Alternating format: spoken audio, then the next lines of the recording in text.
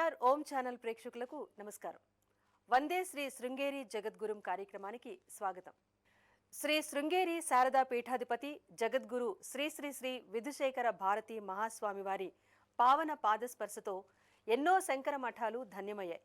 వేదోక్త ధార్మిక పరంపరకు ప్రతిరూపంగా మహాస్వామివారు భక్తిపూర్వకంగా ఇచ్చిన అనుగ్రహ భాషణం హృదయాలను స్పందింపచేసింది. సనాతన ధర్మ సంరక్షణలో అఖండంగా ప్రవహించే శృంగేరి పీఠ మహిమ ఈ దివ్య క్షణాల్లో ప్రతిఫలించింది. ఆచార అనుష్ఠాన ఆత్మ జ్ఞాన సందేశాలతో మహాస్వామివారి ఉపదేశం భక్తుల జీవితాలకు దిశానిర్దేశం చేసింది. ఈ అపూర్వ ధార్మిక దివ్య ప్రవచనాలను భక్తిభావంతో జగద్గురు చరణాలకు ప్రణమిలుతూ ప్రత్యక్షంగా దర్శించి తరిద్దాం. జగద్గురు శ్రీమద్ ఆదిశంకర భగవత్పాదాచార్యుల వారు ఈ ప్రపంచానికి జ్ఞానాన్ని ప్రసాదించడానికి పరమేశ్వరుడే అవతరించినటువంటి ఒక స్వరూపం, జగద్గురు స్వరూపం. శంకరాచార్యుల వారి రూపంలో ఆ పరమాత్మ అవతరించి ఈ జగత్తుకి కావలసినటువంటి జ్ఞానాన్ని, జగత్తు యొక్క ఉద్ధారానికి కావలసినటువంటి జ్ఞానాన్ని ప్రసాదించాడు పరమేశ్వరుడు. శంకరాచార్యుల వారి అవతారం గురించి చెప్పేటటువంటి ఒక శ్లోకం శంకర దిగ్విజయంలో ప్రసిద్ధంగా ఉన్నటువంటి శ్లోకమే. అజ్ఞానాంతర్గహన పతితాన్ ఆత్మవిద్యోపదేశైః త్రాతుం లోకాన్ భవదవశిఖాతాపపాపచ్యమానాన్ ముక్త్వా మౌనం వటవిటపినో మూలతో నిష్పదంతి శంభోర్మూర్తిశ్చరతి భువనే శంకరాచార్య రూప అని ఈ శ్లోకం శంకర దిగ్విజయంలో శంకరాచార్యుల వారు ఆ పరమాత్మ దక్షిణామూర్తి యొక్క అవతారము అని చెప్పేటటువంటి శ్లోకం ఇది. ఇక్కడ ఈ శ్లోకంలో ఏం చెబుతున్నారు అనంటే, ఏ దక్షిణామూర్తి వటవృక్షం కింద తన యొక్క మౌనంతోనే ఋషులకి తత్వజ్ఞానాన్ని ప్రసాదిస్తూ ఉన్నాడో అటువంటి దక్షిణామూర్తి తన మౌనాన్ని విడిచి శంకర భగవత్పాదాచార్యుల వారి రూపంలో అవతరించాడు అనేది ఈ శ్లోకం యొక్క తాత్పర్యం. దీని ద్వారా మనం తెలుసుకోవాల్సినటువంటి విషయం ఏమిటి అనంటే, మొట్టమొదట భగవంతుడు తన యొక్క మౌనంతో తత్వాన్ని ఉపదేశిస్తూ ఉన్నాడు అని ఇక్కడ చెప్పారు. దీన్ని విన్న వెంటనే మనకు వచ్చేటటువంటి ప్రశ్న ఏమిటి అనంటే, మౌనంగా ఎలా ఉపదేశిస్తారు? ఉపదేశించాలి అనంటే ఏదో ఒకటి మాట్లాడాలి కదా. మాట్లాడితేనే ఉపదేశించగలం తప్ప మౌనంగా ఉండడం అలాగే ఉపదేశించడం రెండు ఒకేసారి ఎలా చేయడానికి సాధ్యం? మౌనంగా ఉంటే ఉపదేశించలేం, ఉపదేశిస్తూ ఉంటే మౌనంగా ఉండలేం. మాట్లాడితేనే కదా ఏదైనా ఇంకోళ్ళకి అర్థం ఎలా చెప్పడానికి సాధ్యం అవుతుంది. ఊరికే మౌనంగా ఉంటే ఏమర్థం అవుతుంది? చెప్పడం కుదరదు, వినేవాడికి అర్థమూ అవ్వదు.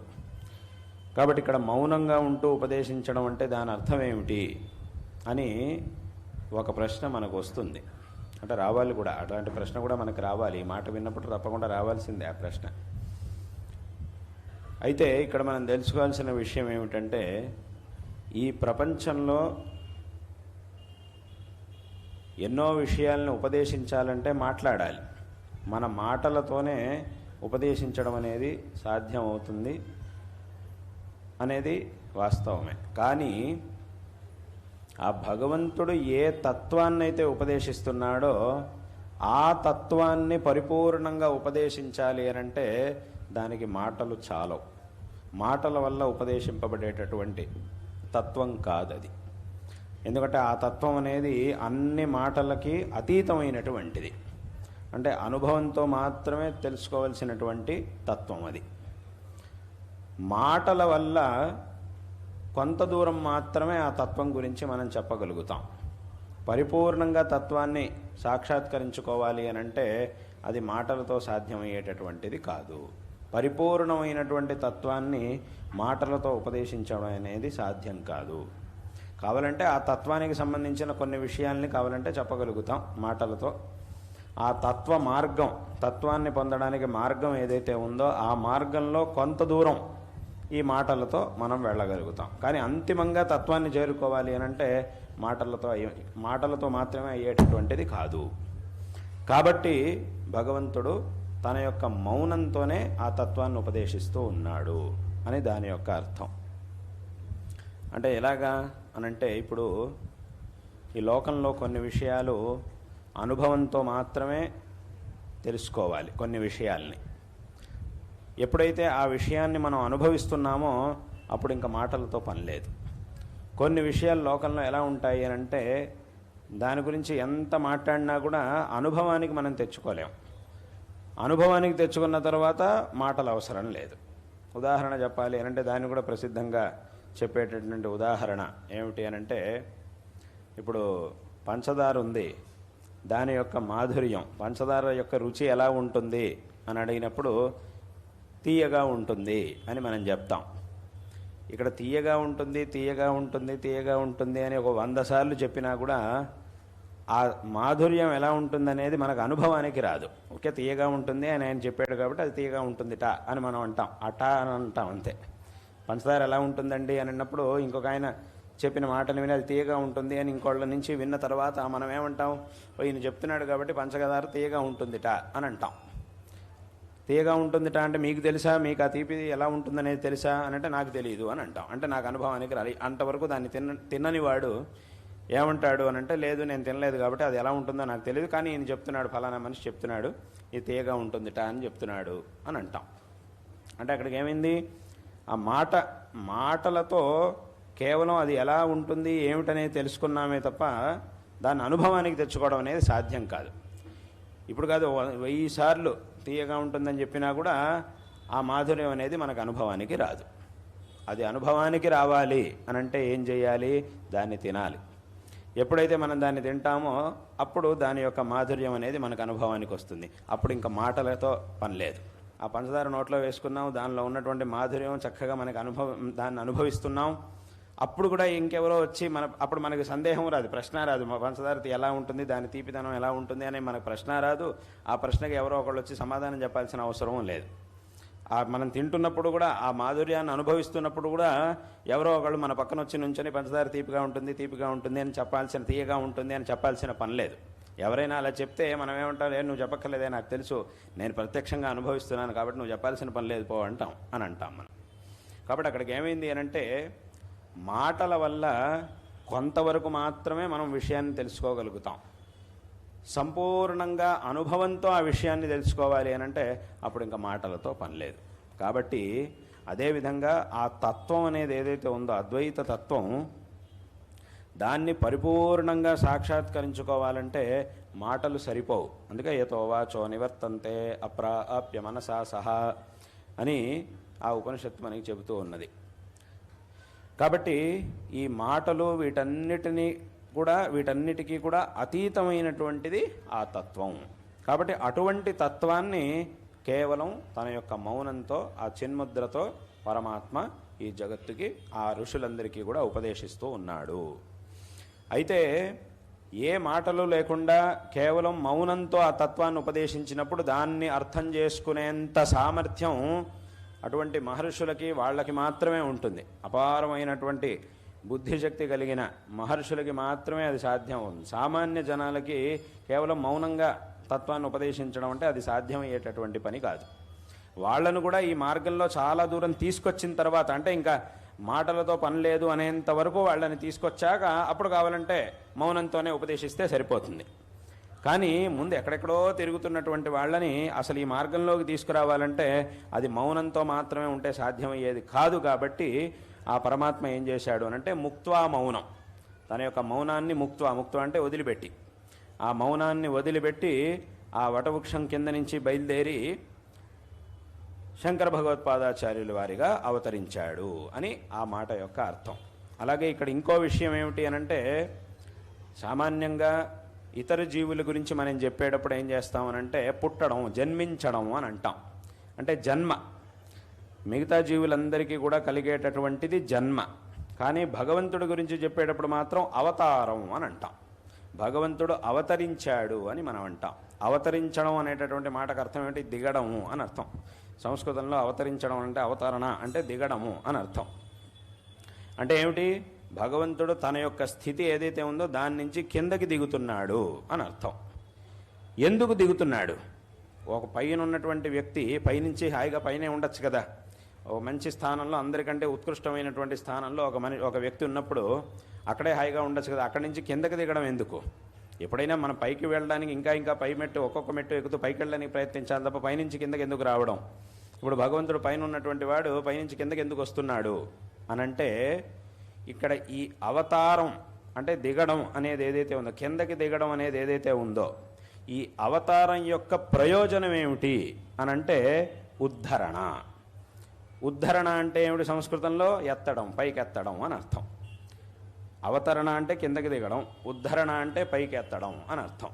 అంటే భగవంతుడు ఎందుకు కిందకి దిగుతున్నాడు? తన అందరికంటే కూడా ఉత్కృష్టమైనటువంటి స్థానంలో ఉన్న భగవంతుడు ఎందుకు కిందకి దిగుతున్నాడు అనంటే ఉద్ధరించడానికి, అంటే పైకెత్తడానికి. ఎవరిని పైకెత్తడానికి అనంటే ఎవరైతే కింద ఉన్నారో వాళ్ళని పైకి ఉద్ధరించడానికి అని దాని యొక్క అర్థం. కాబట్టి భగవంతుడు చేసేది అవతారం. ఆ అవతారం యొక్క ఫలం ఏమిటి అనంటే ఉద్ధారం. ఎవరి ఉద్ధారం అనంటే భక్తజనోద్ధారం. ఇప్పుడు ఒకడు పైన ఉన్నాడు, ఒక వ్యక్తి, లోకంలో ఒక వ్యక్తి పైన ఉన్నాడు, ఒక వ్యక్తి కాస్త కింద ఏదో గుంటలో పడిపోయాడు. ఆ గుంటలో పడిపోయినటువంటి వ్యక్తిని పైకెత్తాలి అనంటే ఈ పైనున్న మనిషికే అది సాధ్యం. ఈ పైనున్న మనిషి ఏం చేయాలి? నేను ఇలాగే నిటారుగా నిలబడతాను, నువ్వు పైకి వచ్చేసేయి అని అంటే అదే సాధ్యం అయ్యేది కాదు.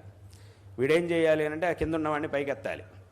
కింద ఉన్నవాడిని పైకెత్తాలి అనంటే అప్పుడు వీడేం చేయాలి? పైన ఉన్నవాడు కిందకు వంగాలి అథవా కిందకి దిగాలి. ఎంత సాధ్యం అవుతుందో అంత కిందకి దిగి ఒక ఆలంబనాన్ని అందించాలి, వీడి చేతిని వాడికి అందించాలి.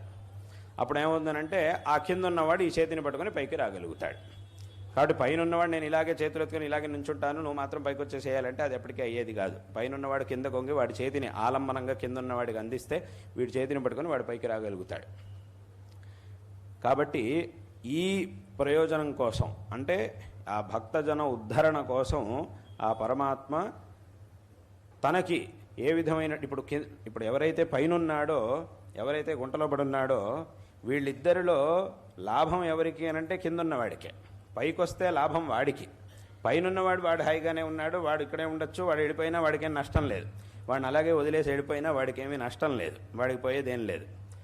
కానీ వాడు కనుక అలా వెళ్ళిపోయాడు అనంటే కిందున్నవాడికి నష్టం. కాబట్టి అక్కడికి ఏమైంది? ఆ పరమాత్మ తన యొక్క స్థితిలో తాను ఉన్నప్పటికీ, దీన్నే భగవద్గీతలో కృష్ణ పరమాత్మ చెప్తాడు, నమే పార్థాస్తి కర్తవ్యం త్రిషు లోకేషు కించన నానవాప్తం అవాప్తవ్యం వర్త ఏవచ కర్మణి అని భగవంతుడు అన్నాడు. నమే పార్థాస్తి కర్తవ్యం త్రిషు లోకేషు కించన.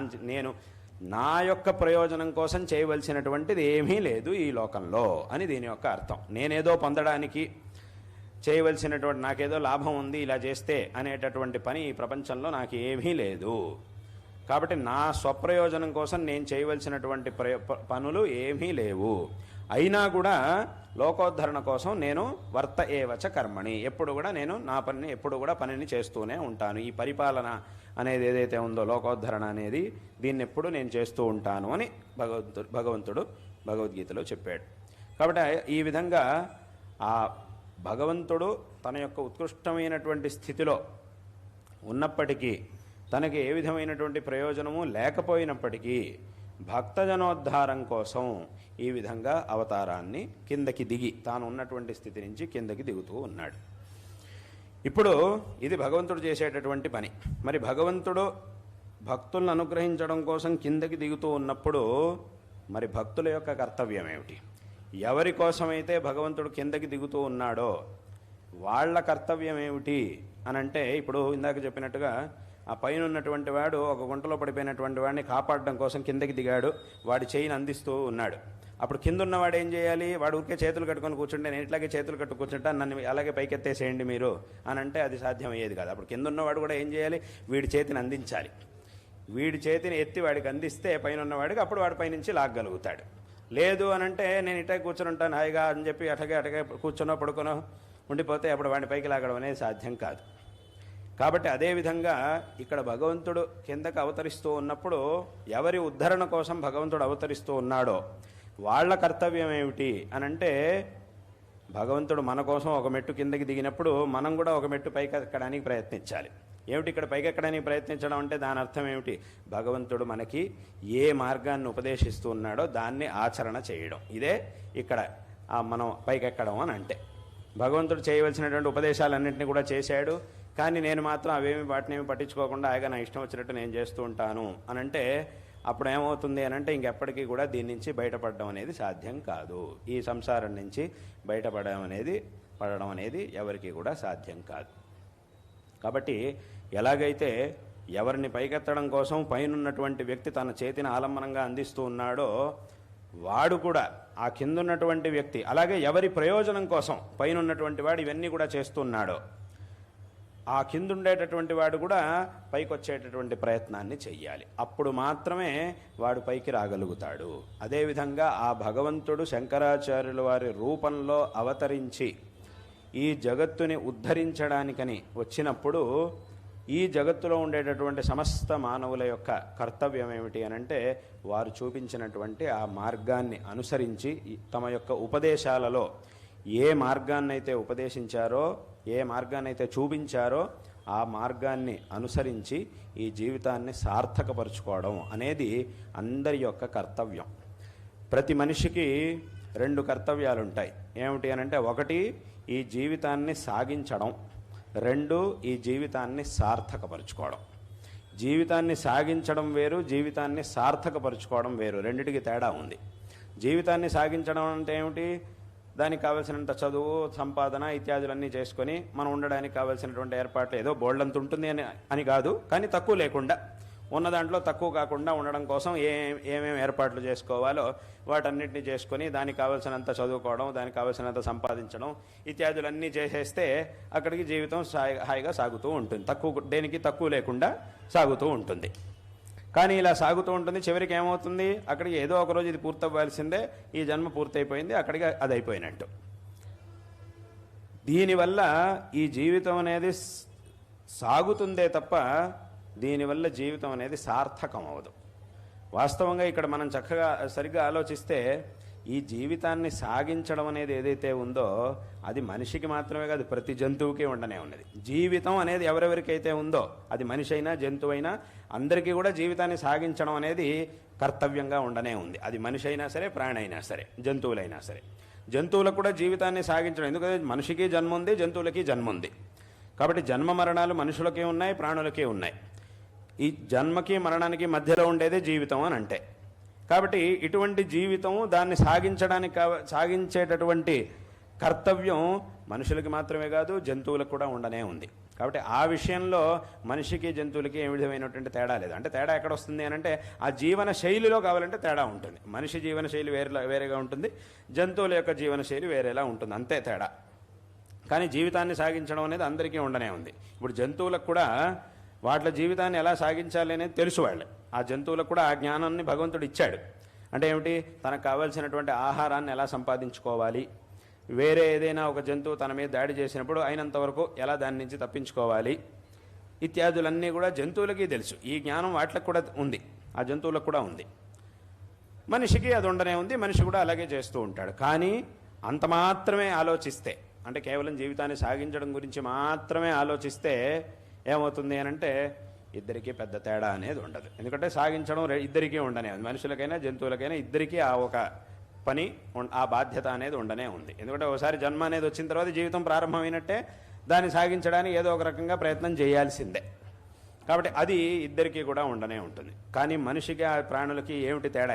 ఏ విషయంలో తేడా వస్తుంది, ఎక్కడ తేడా వచ్చింది అనంటే ఈ జీవితాన్ని సార్థకపరుచుకునేటటువంటి ప్రయత్నం చేయడంలో జంతువులకి మనుషులకి తేడా అనేది ఉంటుంది. ఎందుకు అనంటే జంతువులకి కేవలం జీవితాన్ని సాగించేంత జ్ఞానం మాత్రమే ఇచ్చాడు భగవంతుడు. దానికి కావాల్సినటువంటి శక్తిని మాత్రమే భగవంతుడు ఇచ్చాడు తప్ప ఆ జీవితాన్ని సార్థకపరుచుకునేటటువంటి శక్తిని కానీ జ్ఞానాన్ని కానీ జంతువులకు ఉండదు. అది ఉండేది ఎవరికి అనంటే అది మనిషికి మాత్రం ఆ ఒక జ్ఞానాన్ని భగవంతుడు ఇచ్చాడు. అంటే ఏమిటి, ఇప్పుడు జీవితాన్ని సార్థకపరచుకోవడానికి కావాల్సినటువంటి ఏ మార్గాలను అయితే శాస్త్రముల్లో చెప్పారో దాన్ని అర్థం చేసుకోగలిగేటటువంటి బుద్ధిశక్తి, అర్థం చేసుకొని ఆచరించగలిగేటటువంటి శక్తి, ఈ శరీర నిర్మాణం, ఇవన్నీ కూడా మనిషికి మాత్రమే ఉన్నాయి తప్ప జంతువులకి లేదు. జంతువుల యొక్క కర్తవ్యం, జంతువుల సుస్థితి ఎలా ఉంటుంది అనంటే ఏదో కర్మవశాత్తు వచ్చినటువంటి ఆ జంతు శరీరం అనేది ఏదైతే ఉందో దాంట్లో ఉంటూ ఆ కర్మను అనుభవిస్తూ ఉండడం, అది మాత్రమే జంతువులకి సాధ్యం. కానీ మనిషికి అలా కాదు. ఒకవైపు కర్మను అనుభవిస్తూ ఉన్నా కూడా ఇంకొక వైపు ఈ జన్మని సార్థకపరుచుకోవడానికి కావలసినటువంటి పనులను చేసే శక్తిని భగవంతుడు ఇచ్చాడు. కాబట్టి ప్రతి మనిషి కూడా కేవలం ఈ జన్మని ఈ జీవనాన్ని సాగించడం మాత్రమే కాకుండా, నడిపించుకోవడం మాత్రమే కాకుండా దీన్ని సార్థకపరుచుకోవడం అనేటటువంటి విషయం గురించి కూడా తప్పకుండా ఆలోచించాలి. దీన్ని సార్థకపరుచుకోవడం అనేటటువంటి ఎలా ఆత్మోద్ధరణ చేసుకోవాలి అనేటటువంటి విషయాన్ని గురించి కూడా ప్రతి ఒక్కరూ కూడా ఆలోచించాలి. ఇలా ఆలోచించి దానికి కావాల్సినటువంటి ఏ మార్గాన్ని అయితే శంకర భగవత్పాదాచార్యులు వారు తమ గ్రంథాల్లో ఉపదేశించారో ఆ మార్గాన్ని అనుసరించి ఈ జీవితాన్ని అందరూ కూడా సార్థకపరుచుకోవాలి అనేటటువంటి విషయాన్ని అందరూ కూడా చక్కగా తెలుసుకోవాలి.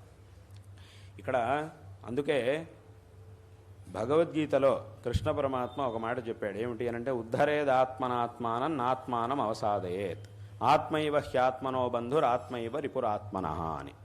ఈ మాటకు అర్థం ఏమిటి అనంటే అందరూ కూడా తమ యొక్క ఆత్మోద్ధారానికి కావలసినటువంటి పనులను చేసుకోవాలి. తమ యొక్క ఆత్మహాని కలిగేటటువంటి పనులను ఎవరు కూడా చేయకూడదు అని ఆ భగవంతుడి యొక్క ఉపదేశం. అంటే ఏమిటి, మన ఆత్మోద్ధరణ ఏ పనుల వల్ల అయితే జరుగుతుందో ఆ పనులని చేయడం ద్వారా మనకి మనమే బంధువులం అవ్వాలి. అదేవిధంగా మనకి హాని కలిగించేటటువంటి పనులని చేస్తూ మనకి మనమే శత్రువులం అవ్వకూడదు అని దీని యొక్క అర్థం. అంటే అందుకే ఇక్కడ భగవంతుడు ఏమన్నాడు, ఆత్మైవ హ్యాత్మనో బంధువు ఆత్మైవ రిపురాత్మనః, మన ఆత్మే మనకి బంధువు, మన ఆత్మే మనకి శత్రువు అని అన్నాడు. అంటే దాని అర్థం ఏమిటి, ఒకే ఆత్మ బంధువుగాను ఉంటుంది శత్రువుగాను ఉంటుంది అని అన్నాడు. అంటే అక్కడ మనకు ప్రశ్న వస్తుంది, ఏదేమిటి ఒకే ఆత్మ బంధువుగాను శత్రువుగాను రెండింటిగాను ఎలా ఉంటుంది? బంధువు అయితే శత్రువు అవ్వదు, శత్రువు అయితే బంధువు అవ్వదు కదా, ఎలాగా? రెండు బంధువు అయినటువంటి వాడు శత్రువు అవ్వడు, శత్రువు అయినటువంటి వాడు బంధువు అవ్వడు కదా, ఇది ఎలా కుదురుతుంది అని ఒక ప్రశ్న వస్తుంది. అయితే ఇక్కడ మనం తెలుసుకోవాల్సినటువంటి విషయం ఏమిటి అనంటే, ఇప్పుడు లోకంలో బంధువు అంటే ఎవరు? ఎవరైతే మనకి హితాన్ని కలిగించేటటువంటి పనులను చేస్తాడో వాడిని బంధువు అని అంటారు. ఎవరైతే మనకి మంచి జరిగేటటువంటి విషయాలను ఉపదేశించడమే కాకుండా అటువంటి పనులనే మనకి హితాన్ని కలిగించేటటువంటి పనులనే చేస్తాడో వాడిని బంధువు అని మనం లోకల్లో అంటాం.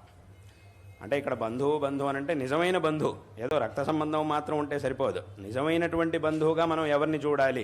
ఎవరైతే మనకి హితాన్ని కలిగించేటటువంటి పనులను చేస్తారో వాళ్ళని మనం బంధువుగా చూడాలి. అలా బంధువుగా చూడాలి అనంటే మనకు రక్త సంబంధం ఉండాల్సిందే, ఈ కౌటుంబికమైనటువంటి సంబంధం ఉండాల్సిందే అనేం లేదు. ఆ సంబంధం లేకపోయినప్పటికీ ఎవరో ఒక వ్యక్తి మనకు మంచి కలిగేటటువంటి పనులను చేస్తున్నాడు అనంటే ఆ వ్యక్తి కూడా మనకి బంధువు అనే లెక్క. ఎందుకంటే కొంతమంది అడగచ్చు, అదేమిటండి బంధువులైన వాళ్ళందరూ కూడా మంచి పనులే చేయరండి, బంధువుల్లో కూడా ఇబ్బంది పెట్టేవాళ్ళు చాలామంది ఉంటారు అని కొంతమంది అడగచ్చు. అంటే బంధువు అంటే ఎవరు అని అంటే మనకి మంచి హితాన్ని కలిగించేటటువంటి పనులు చేసేవాడు బంధువు అని ఎలా అంటారు? ఎందుకంటే మాకు చాలామంది బంధువులు ఉన్నారు, వాళ్ళు మా ప్రాణం తీస్తుంటాడు, ఎప్పుడు చూసినా మమ్మల్ని ఇబ్బంది పెడుతూ ఉంటారు, మమ్మల్ని ఊరికే హింసిస్తూ ఉంటారు, కాబట్టి బంధువులైన వాళ్ళందరూ అలా చేయరు కదా అని కొంతమంది అడగచ్చు. అందుకో చెప్తున్నాను, ఏమిటి అని అంటే వాళ్లతో అంటే ఏదో బంధువులు అనిపించుకున్న వాళ్ళు మనల్ని ఇబ్బంది పెట్టేవాళ్ళు ఉన్నారు అని అంటే వాళ్ళు బంధువులని ఏదో పేరుకి బంధువులు తప్ప నిజమైనటువంటి బంధువులు కాదు. బంధువు అనేటటువంటి మాటకి నిజమైన అర్థం ఎవరు అనంటే ఎవరైతే మనకి హితాన్ని కలిగజేసేవాళ్ళు అయి ఉంటారో వాళ్ళు బంధువులు. అది ఒక కుటుంబంలో ఉన్న బంధువులైనా సరే అథవా కుటుంబం కానటువంటి వాళ్ళైనా సరే. కుటుంబంలో ఉండేటటువంటి వాళ్ళు కూడా మనల్ని ఇబ్బంది పెట్టారు అనంటే వాళ్ళు బంధువులు కానట్టే లెక్క. కుటుంబం కానటువంటి వాళ్ళు కూడా మనకి మంచి కలిగేటటువంటి పనులను చేశారు అనంటే వాళ్ళు మనకి బంధువులు అనే లెక్క. కాబట్టి ఇక్కడ దీని యొక్క అసలైనటువంటి అర్థం ఇది. అలాగే కాబట్టి ఇది బంధువు అనంటే ఇటువంటి అర్థం ఇక్కడ ఉండేది. అలాగే శత్రు అంటే ఎవరు? ఎవరైతే మనకి కష్టం కలిగించేటటువంటి పనులను చేస్తారో, మనకి దుఃఖాన్ని కలిగించేటటువంటి పనులను చేస్తారో వాళ్లే శత్రువులు అని అంటే.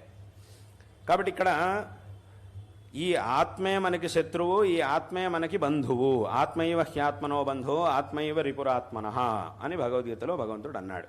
మరి ఒకే ఆత్మ రెండుగా ఎలా ఉండడానికి సాధ్యం అని అంటే ఇక్కడ మనం తెలుసుకోవాల్సినటువంటి విషయం ఏమిటంటే, ఎలాగైతే ఇప్పుడు చెప్పినట్టుగా మనకి హితాన్ని కలిగించేటటువంటి పనులను చేసేటటువంటి వాళ్ళు మనకి బంధువులు అని ఎలాగైతే అనిపించుకుంటున్నారో, అదేవిధంగా మనకి మంచి జరిగేటటువంటి పనులని మనం చేసుకున్నప్పుడు మనకి మనమే బంధువులం అవుతాం.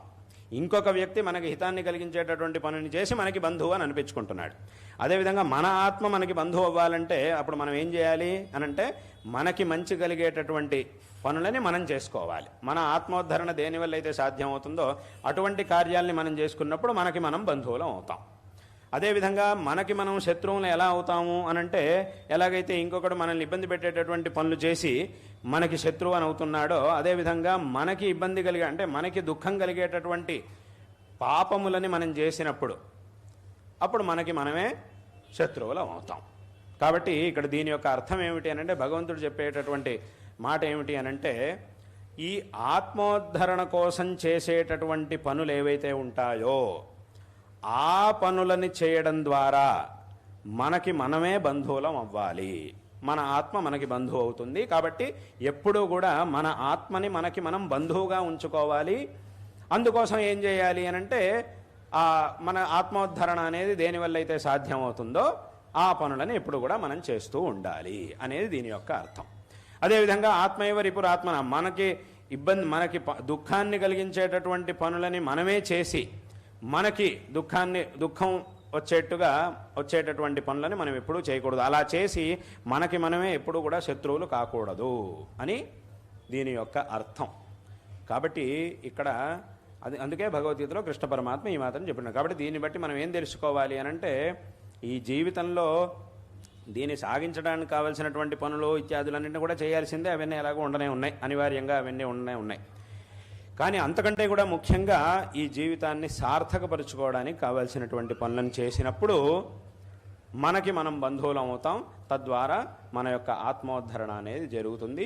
ఈ జీవితం అనేది సార్థకం అవుతుంది. అంటే ఒకే జన్మలో మొత్తం సాధనని చేసి పూర్తి చేయడానికి సాధ్యం అవుతుందా లేదా అనేది అటువంటి అవకాశం అందరికీ ఉండకపోవచ్చు. కొంతమంది కొన్ని జన్మల వరకు ఆ సాధన అనేది చేయవలసి రావచ్చు. వాస్తవంతః అలాగే చేయవలసి వస్తుంది. అనేక జన్మ సంసిద్ధస్తతో యాతి పరాంగతం బహూనాం జన్మనామంతే జ్ఞానవాన్ మాం ప్రపద్యతే అని స్వయంగా భగవంతుడే చెప్పాడు. ఒక్కొక్క జన్మలోనూ కొంత సాధన చేసి చివరికి అందరూ కూడా నన్ను చేరుకుంటారు అని స్వయంగా భగవంతుడే గీతలో చెప్పాడు. కాబట్టి ఒకే జన్మలో మొత్తం సాధన చేయడం అనేది అది అందరి వల్ల సాధ్యం కాదు. కొంతమందికి మాత్రమే అది సాధ్యం అవుతుంది. అయినప్పటికీ కనీసం ఆ ప్రయత్నాన్నైనా చేస్తే, ప్రామాణికంగా దానికి కావాల్సినటువంటి ప్రయత్నాన్నైనా మనం చేసినప్పుడు ఏమవుతుంది అనంటే, తప్పకుండా మనం ఆ జీవితాన్ని సార్థకపరచుకోవడానికి కావలసినటువంటి పనులను ప్రారంభించినప్పుడు తప్పకుండా మన జీవితం అనేది ఆ మార్గంలో సాగుతుంది. అందులో ఏ విధమైనటువంటి సందేహం లేదు. దాన్ని కనుక మనం ప్రారంభించాము అనంటే ఆ తర్వాత ఎప్పుడు మనం ఎక్కడికి చేరుకోవాలి, ఎలా భగవంతుడిని చేరుకోవాలి అనే దాన్నంతా కూడా భగవంతుడే చూసుకుంటాడు. అందుకే స్వయంగా భగవద్గీతలో కృష్ణ పరమాత్మ ఈ విషయాన్ని చెప్పాడు. మన్మనాభవ మద్భక్తో మధ్యాజీ మాన్ నమస్కురు మామే వైష్యసి సత్యంతే ప్రతిజానే ప్రియోసిమే అని చెప్పాడు. అంటే ఏమిటి? విశేషంగా నాయందు అపారమైనటువంటి భక్తిని కలిగినటువంటి వాడివై ఈ భక్తి మార్గాన్ని, అలాగే నేను ఉపదేశించినటువంటి ఆ స్వధర్మాన్ని నువ్వు చక్కగా ఆచరించావు అనంటే ఎప్పుడు నిన్ను ఎక్కడికి ఎలా తీసుకెళ్ళాలి, ఎలా నాలో నిన్ను చేర్చుకోవాలి అనే దాన్ని అదంతా నేనే చూసుకుంటాను. ఇంకా నువ్వు ఆలోచించాల్సిన పని లేదు. ఆ పనిని నువ్వు ప్రారంభించే ఆ మార్గంలో నువ్వు ప్రయాణం మొదలు పెడితే చాలు, మిగతాదంతా నేను చూసుకుంటాను అని స్వయంగా భగవంతుడు అన్నాడు. ప్రతిజానే ప్రియోసిమే, ఇది ఇలా నేను ఏదో ఊరికే చెప్పడం కాదు, ప్రతిజ్ఞ చేసి చెప్తున్నాను నీకు అని అంటాడు భగవంతుడు. కాబట్టి ఈ విధంగా ఈ ఆత్మోద్ధరణకు కావలసినటువంటి పనులని మనం చేసినప్పుడు మనకి మనం బంధువులం అవుతాం. ఈ విధంగా చేసి మనకి మనం బంధువులం అవ్వాలే తప్ప ఎప్పుడు కూడా మనకి మనం శత్రువులం కాకూడదు. ఈ విధంగా చేసినప్పుడు మనల్ని ఎప్పుడు ఎలా మన లక్ష్యానికి చేర్చాలి అనేదాన్నంతా కూడా ఆ భగవంతుడు చూసుకుంటాడు. మనల్ని సరైనటువంటి సమయంలో ఒక్కొక్క దశని దాటించి భగవంతుడు తనలో మనల్ని చేర్చుకుంటాడు, ఈ సంసారం నుంచి మనల్ని దాటిస్తాడు. కాబట్టి మన చేతిలో ఉన్నటువంటి ఒక పెద్ద ఉపాయం ఏమిటి అనంటే ఈ ధర్మాన్ని ఆచరించడం. ఏదైతే పరంపరగా వచ్చినటువంటి ధర్మం ఉందో దాన్ని చక్కగా తెలుసుకొని ఆచరించడం అనేది మన చేతిలో ఉంది. కాబట్టి దీన్ని ఎంత బాగా ఆచరిస్తామో అంత బాగా మనం ముందుకెళ్ళగలుగుతాం. కాబట్టి ఈ విధంగా ఈ ఆత్మోద్ధరణ చేసుకోవడానికి కావాల్సినటువంటి మార్గాన్ని ఉపదేశించడానికే ఆ పరమాత్మ శంకర భగవత్పాదాచార్యుల వారి రూపంలో అవతరించాడు. కాబట్టి శంకరాచార్యుల వారు చూపించినటువంటి మార్గాన్ని అందరూ కూడా అనుసరించి ఈ జీవితాన్ని సార్థకపరుచుకోవాలి అనేటటువంటి విషయాన్ని ఈ సందర్భంలో అందరికీ కూడా తెలియజేస్తూ ఉన్నాం. ఇప్పుడు చెప్పినట్టుగా ఈ జీవితాన్ని సాగించడానికి కావలసినటువంటి పనులు చేయాల్సి ఉంది, తప్పకుండా వాటిని కూడా బాగా చేయాలి. ఈ ధర్మోద్ధరణ ధర్మ అనుష్ఠానం ఈ జీవితాన్ని సార్థకపరుచుకోవడానికి కావలసినటువంటి పనులను కూడా చక్కగా చేయాలి. అందుకే మనిషికి 3 కర్తవ్యాలని శాస్త్రంలో చెప్పారు. అందులోనూ ఒక్కొక్క పనిని చేసేటప్పుడు మనిషి యొక్క భావన ఎలా ఉండాలి అనే దాన్ని కూడా శాస్త్రంలో ఒక చిన్న శ్లోకంలో చెప్పారు. ఏమిటి అనంటే అజరామరవత్ ప్రాజ్ఞ విద్యామర్థంచ సాధయేత్ అని అన్నారు. అంటే మొట్టమొదటి పని ఏమిటి అనంటే విద్య, అంటే విద్యాభ్యాసం చేయడం. అలాగే విద్యాం అర్థంచ, అర్థం అని అంటే ధనం అని అర్థం, ధన సంపాదన. మొట్టమొదట విద్యా సంపాదన, ఆ తర్వాత ధన సంపాదన. ఈ రెండిటిని తప్పకుండా మనిషి చేయాల్సిందే, ఎందుకంటే ఇప్పుడు లోకంలో ఈ రెండు కూడా చాలా అవసరం. కాబట్టి ఈ విద్యాభ్యాసాన్ని ధన సంపాదనని రెండిటిని బాగా చేయాలి అని శాస్త్రంలో చెప్పారు. అది ఎలా చేయాలి అని అంటే అజరామరవత్ అంటే ఏమిటి దీని యొక్క అర్థం? నాకు అసలు మరణం అనేదే లేదు, అసలు వృద్ధాప్యం అనేదే లేదు అనే భావనతో ఎప్పుడూ విద్యాభ్యాసం చేస్తూ ఉండాలిట, ధన సంపాదన చేయాలిట. అంటే దీని అర్థం ఏమిటి? ఇప్పుడు లోకంలో సామాన్యంగా అందరూ ఏమనుకుంటారు, సరే నేను జీవితంలో చక్కగా సెటిల్ అవ్వాలి అని అంటే ఇంత చదువుకుంటే చాలు, ఇంత చదువుకుంటే సరిపోతుంది. ఆ తర్వాత ఈ ఫలానా ఉద్యోగానికి వెళ్తే దాంట్లో ఇంత సంపాదన వస్తుంది, దాంట్లో ఇంత ధనం సంపాదిస్తే ఆ తర్వాత ధనాన్ని అంతా సంగ్రహించి పెట్టుకుంటే దానికి అంతా చక్కగా జీవితానికి కావాల్సినంత సరిపోతుంది, ఇంత చేస్తే చాలు అని అందరూ అనుకుంటూ ఉంటారు. అంటే కనీసం ఇంతైనా చదువుకోవాలి, ఇంత సంపాదించాలి, ఇంత చేస్తే చాలు అని చాలామంది అనుకుంటూ ఉంటారు. అదేవిధంగా ప్రయత్నం చేస్తూ ఉంటారు, చక్కగా సంపాదిస్తూ చదువుకుంటారు, ఏదో ఒక విద్యని పూర్తి చేస్తారు. ఆ తర్వాత కొంత సంపాదన చేస్తూ ఉంటారు. ఆ వచ్చినటువంటి సంపాదనలో దాన్ని మళ్ళీ విభజించుకొని ఆయా రోజుల్లో నెలల్లో ఖర్చు కోసం కొంత డబ్బు, మళ్ళీ దాంట్లో సంగ్రహం పెట్టుకోవడం కోసం కొంత డబ్బు, మళ్ళీ ఇంకేదో ఈఎంఐలు కట్టడానికి దీనికంతా కొంత డబ్బు, ఒక నెలలో ఏదో అద్దెలు ఏవో కట్టాల్సి ఉంటుంది కదా, దానికంతా కొంత డబ్బు, ఈఎంఐ కట్టాలి, అద్దెలు కట్టాలి, దీనికోసం కొంత డబ్బు ఏమో దాచుకోవడానికి, కొంత డబ్బు ఏమో ఖర్చులకి అని ఇలా సంగ్రహం చేసి పెడుతూ ఉంటారు. ఇలాగే ఇలా దాచుకుంటూ ఉంటే ఇన్నేళ్లకి ఇంత అవుతుంది, అది పెరిగి ఇంత అవుతుంది, అది చివరికి మనం చివరి దశలో కూడా హాయిగా ఉండడానికి సరిపోతుంది అని ఒక లెక్క ప్రకారం సంపాదన అవన్నీ చేస్తూ ఉంటారు. చూశారు కదా మహాస్వామి వారి అనుగ్రహ భాషణం. గురువుల ఉపదేశం మన జీవితానికి చక్కని మార్గదర్శనం. గురువుల ఆశీస్సులు, అలాగే ఆ మహాస్వామి వారి దివ్య ఆశీస్సులతో మీ జీవితాలు కూడా వెలుగులు నింపాలని కోరుకుంటూ నమస్కారం.